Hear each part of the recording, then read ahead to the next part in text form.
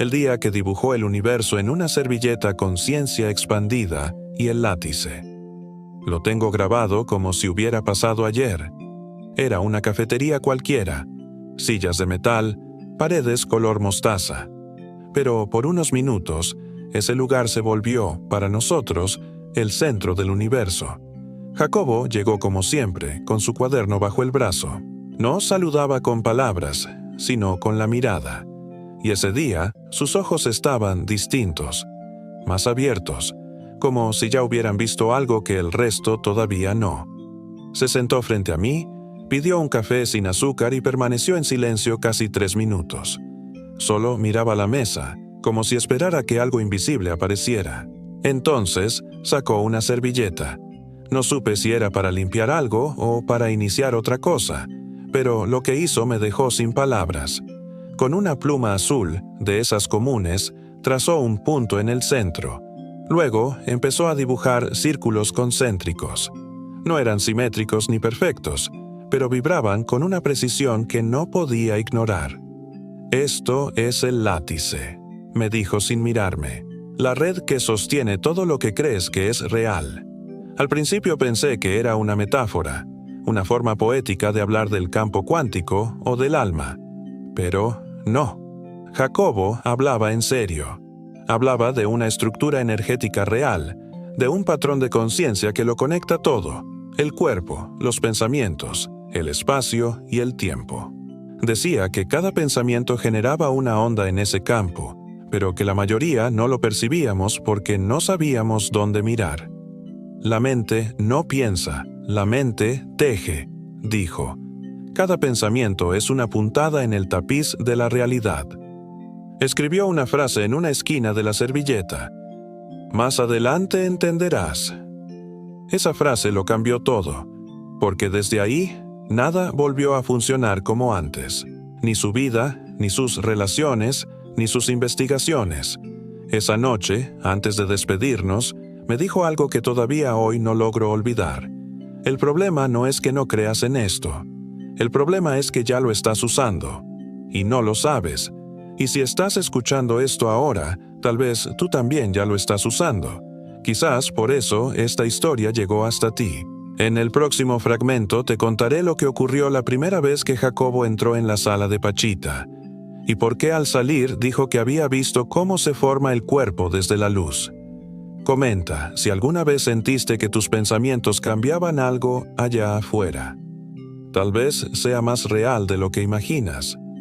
Jacobo no hablaba mucho de su madre, pero cuando lo hacía, el mundo se detenía. Su voz bajaba y su mirada parecía tocar algo que el resto no podía ver. Ella murió cuando él aún era joven. Sin embargo, jamás la sintió lejana, solo desplazada. «El día que se fue, no lloré», escribió. «No porque no la amara, sino porque la sentí, ahí, justo detrás de mí». Lo anotó en uno de sus cuadernos más íntimos, un diario que nunca quiso publicar, pero del que compartió fragmentos con aquellos que, como él, sabían que el alma no muere, solo cambia de frecuencia. Días después de su muerte, mientras caminaba solo por la UNAM, Jacobo escuchó su voz. No fue un recuerdo, tampoco una alucinación. Fue una frase clara, nítida, como si alguien se la hubiera susurrado al oído. «No busques mi presencia en las fotos. Búscame en el espacio entre tus pensamientos». Aquel momento transformó por completo su forma de estudiar la mente. Entendió que el cerebro no almacena los recuerdos, sino que los sintoniza. Que la conciencia de su madre no estaba encerrada en el pasado, sino viva, activa, accesible, en un campo que aún podía tocar. «Comprendí que la conciencia no se guarda en el cuerpo», escribió después, «y que el amor verdadero no necesita forma para existir». Desde entonces, Jacobo comenzó a explorar la posibilidad de una mente no local, una conciencia que no se limita al cerebro, ni a la vida. A veces, durante sus meditaciones, decía sentirla, no como una imagen o un pensamiento, sino como una presencia viva, una guía que no hablaba con palabras, sino con intuiciones. Un día, mientras hablábamos sobre esto, dijo algo que todavía hoy me estremece. La muerte es un idioma mal traducido. Los que se van, no se van. Solo empiezan a hablar en otro lenguaje. Y si tú has perdido a alguien, quizás también lo sentiste. En el siguiente fragmento te mostraré cómo esa experiencia lo llevó a intentar comprobar, científicamente, la existencia de la conciencia más allá del cuerpo. Un experimento que casi nadie se atrevió a aprobar. ¿Alguna vez sentiste que alguien te habló después de irse? Coméntalo abajo. Este canal no es para darte respuestas, es para recordarte lo que ya sabes. Jacobo decía que no temía al fracaso. Lo que temía era ser ignorado. Y eso fue, precisamente, lo que ocurrió con su experimento más ambicioso. Corría el año 1992. Había diseñado un estudio que, si funcionaba, podía cambiar para siempre la forma en que entendemos la percepción humana. Un protocolo riguroso. Voluntarios entrenados, doble ciego, mediciones con EEG y campos magnéticos. El objetivo era claro: demostrar que la mente puede modificar la materia, sin necesidad de tocarla. Si el pensamiento es energía estructurada, escribió, entonces puede alterar el sistema sobre el que actúa, si hay resonancia. Eligió a 3 participantes. Cada uno debía enfocarse en un símbolo geométrico específico mientras se encontraba en una sala separada del estímulo visual, sin contacto, sin instrucciones externas, solo intención. Y lo increíble fue que, en los electroencefalogramas, comenzó a registrarse actividad en la zona occipital del cerebro, como si estuvieran viendo los símbolos, cuando en realidad nunca los vieron. Pero cuando presentó los resultados, lo rechazaron. Esto no es ciencia, le dijeron. Parece esoterismo. Vas a arruinarlo todo. Sus colegas se alejaron. La universidad le retiró el financiamiento. Pero él no se detuvo. Una tarde, en su departamento, me mostró una carpeta llena de informes marcados con lápiz rojo. Observaciones, tachaduras, críticas. En la última página, había escrito una sola línea. No me creen, porque no se permiten creer. Ese día entendí algo. Jacobo no quería convencer al mundo, solo quería abrir una puerta, para quienes estuvieran listos para cruzarla. El problema no es si esto es real, el problema es que no sabes cómo mirarlo. En el siguiente fragmento te contaré qué sucedió semanas más tarde, cuando en un estado expandido de conciencia, Jacobo escribió un texto de 26 páginas, del cual no recordaba haber escrito ni una sola palabra. ¿Alguna vez sentiste que algo se escribía a través de ti? ¿Una idea, un dibujo, una frase, que no supiste de dónde vino? Comenta abajo. Tal vez no era imaginación, tal vez era acceso. Jacobo prefería escribir a mano. Decía que el bolígrafo tenía algo que las teclas no: ritmo.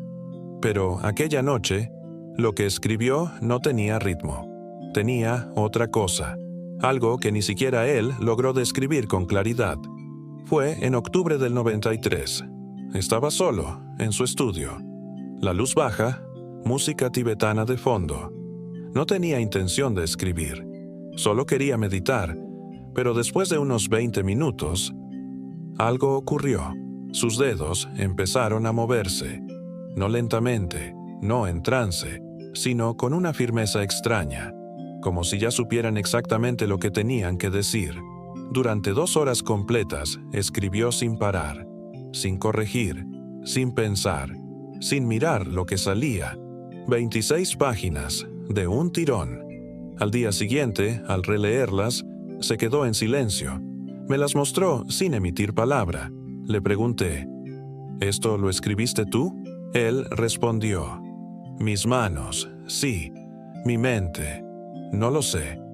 Aquel texto hablaba del látice, de una conciencia estructural que sostiene el universo, del pensamiento como fuerza capaz de plegar el espacio, de una red viva que une todo lo que existe, y de un punto cero desde donde nace toda forma. Muchas de esas ideas aún no las había formulado científicamente, pero ahí estaban, escritas, con sus palabras, o con algo que usó sus palabras? Dijo que, mientras escribía, sentía una presencia detrás. No una voz, no una visión, sino algo, como una sombra luminosa que no hablaba, pero que dictaba, sin pronunciar, sin imponer, solo guiando. No era posesión, tampoco imaginación, era un puente. Esa noche, por primera vez, Jacobo usó una palabra que muchos evitaban: canalización. Tiempo después, al leer textos de otros místicos, encontró frases idénticas, símbolos parecidos, estructuras que ya estaban escritas, en culturas que jamás había estudiado. Y entonces comprendió algo esencial. Cuando accedes al campo, no estás creando, estás recordando lo que la conciencia universal ya pensó. Ese libro jamás se publicó, pero Jacobo dejó copias guardadas en sobres cerrados. Los entregó uno a personas que él consideraba listas para entenderlo. Uno de esos sobres llegó a mí. Dentro había una nota que decía: si alguna vez desaparezco, que estas palabras permanezcan. En el siguiente fragmento, te contaré qué ocurrió días más tarde, cuando Jacobo dijo que, por primera vez en su vida, dejó de percibir el tiempo, y cómo esa vivencia lo hizo preguntarse si en verdad seguía dentro de este mundo. Jacobo siempre había dicho que el tiempo era una ilusión, pero lo que vivió aquella semana fue más que una idea, fue una ruptura. Lo relató como si hubiera salido del reloj del mundo, como si los segundos dejaran de caer uno tras otro y empezaran a doblarse, a mezclarse, a borrarse. Estaba meditando cuando ocurrió, una práctica que solía hacer con frecuencia, pero esa vez fue diferente. Sintió que su cuerpo se desvanecía, que la noción de antes y después desaparecía. Y, por un momento, no supo si habían pasado 5 minutos o 5 horas. No había pensamientos, solo una presencia pura, una expansión sin bordes, y en ese estado, algo emergió. Una voz interior, sin sonido, le dijo: ya no estás dentro del tiempo. Ahora, el tiempo está dentro de ti. Cuando regresó, me miró distinto, como si ya no estuviera totalmente aquí, como si algo dentro de él se hubiera quedado en otro sitio. Me dijo: la realidad no es lineal, solo parece así porque la mente necesita orden, pero el alma, no. A partir de ese día, Jacobo empezó a investigar algo aún más complejo: la posibilidad de que la conciencia opere en dimensiones no temporales, que nuestras decisiones, nuestras intuiciones, vengan de un lugar donde el futuro y el pasado se tocan. Escribió: la intuición no predice, la intuición recuerda lo que ya ocurrió, en otro nivel del ser. Esa experiencia lo transformó. Ya no hablaba de su trabajo como ciencia, lo llamaba exploración de lo invisible, y muchos dejaron de entenderlo. Pero si tú has sentido alguna vez que un momento se expandía, o que algo ya había pasado antes de ocurrir, quizás sabes de lo que hablo. En el siguiente fragmento te contaré lo que pasó cuando Jacobo decidió ir aún más lejos, crear una técnica para acceder, voluntariamente, a esa dimensión sin tiempo, y cómo eso lo llevó a desaparecer. Jacobo decía que no se trataba de escapar del mundo, sino de entrar más profundo en él, pero no con los ojos, con la conciencia. Después de esa experiencia sin tiempo, decidió diseñar un método, un acceso, una llave para volver a ese estado donde todo estaba unido y nada era urgente. Lo llamó inducción al campo no local. No era hipnosis, no era sueño. Era una práctica de enfoque mental y vibración consciente, basada en respiración, visualización y algo más sutil, la intención pura. Comenzó a probarla con personas cercanas. Les pedía que soltaran todo intento de controlar, que solo estuvieran. Y entonces, algo empezaba a ocurrir. Uno de los participantes le dijo una vez: siento como si el cuerpo se abriera, y una parte de mí se conectara con algo que siempre estuvo ahí. Otro escribió en su cuaderno: ya no estoy pensando, estoy recordando desde otro lugar. Jacobo sonreía al leer eso. Decía que no estaba enseñando nada nuevo, solo estaba ayudándoles a recordar cómo recordar. Pero lo más extraño sucedió cuando él mismo empezó a practicar su técnica a diario. Una noche me llamó. Su voz sonaba tranquila, pero también distante, como si hablara desde un umbral. Me dijo: hoy accedí a un punto donde no supe si debía volver. Era paz, era silencio, pero también era olvido. Le pregunté si había sentido miedo. Respondió: no, solo responsabilidad, porque cuando entras ahí, ya no puedes vivir igual. El mundo ya no se ve igual, y tú tampoco te ves igual. Días después, Jacobo desapareció. Oficialmente no hubo explicación clara. Para muchos fue secuestro, para otros exilio, para algunos pocos transición. Lo último que dejó fue una carta, dirigida a nadie, pero escrita para todos. Decía: no me busques donde crees que estoy. Busca donde tú estás, cuando dejas de ser quien crees ser. En el siguiente fragmento, te contaré lo que descubrimos en una de sus libretas ocultas. Un dibujo, una frase y una coordenada que no parecía de este mundo. Una semana después de su desaparición, encontramos una de sus libretas escondidas entre los estantes de su estudio. Era pequeña, de cuero negro, con las esquinas desgastadas y la tinta un poco corrida por el tiempo. En la primera página no había palabras, solo un dibujo, un círculo incompleto, atravesado por una línea curva y en el centro, un punto.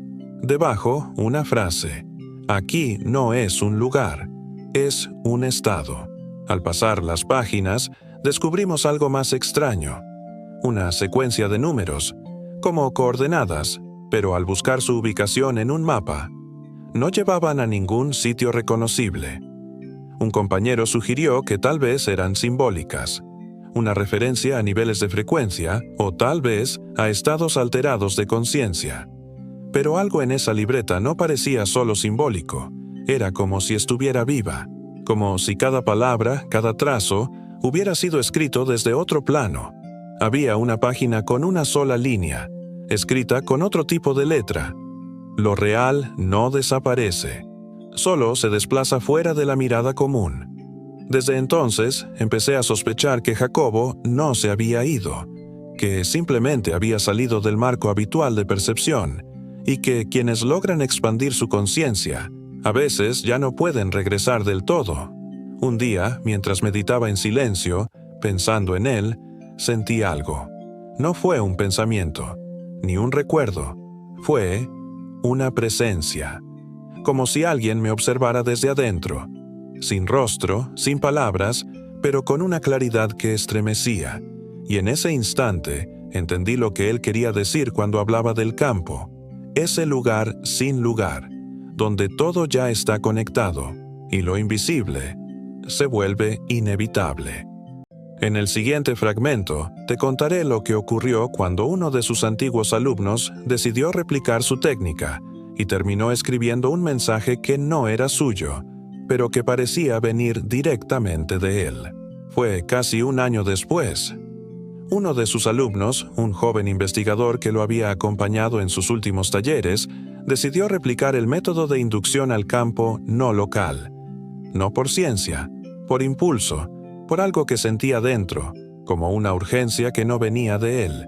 Preparó el espacio como Jacobo lo hacía: luz tenue, silencio absoluto, una vela encendida y un cuaderno en blanco. No esperaba nada, solo quería experimentar. Pero a los pocos minutos de entrar en ese estado, su mano comenzó a moverse. Escribía sin pensar, sin filtrar, como si fuera guiado por algo que no se veía pero sí se sentía. Al terminar, lo que había escrito no era suyo. No reconocía el estilo, ni las palabras, ni el contenido.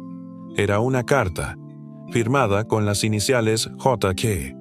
Y lo más inquietante, decía cosas que Jacobo solía decir, pero con una claridad que él mismo jamás había expresado así. La frase final decía: sigo aquí, no como antes, pero más presente que nunca. Ese mensaje circuló entre quienes lo conocimos.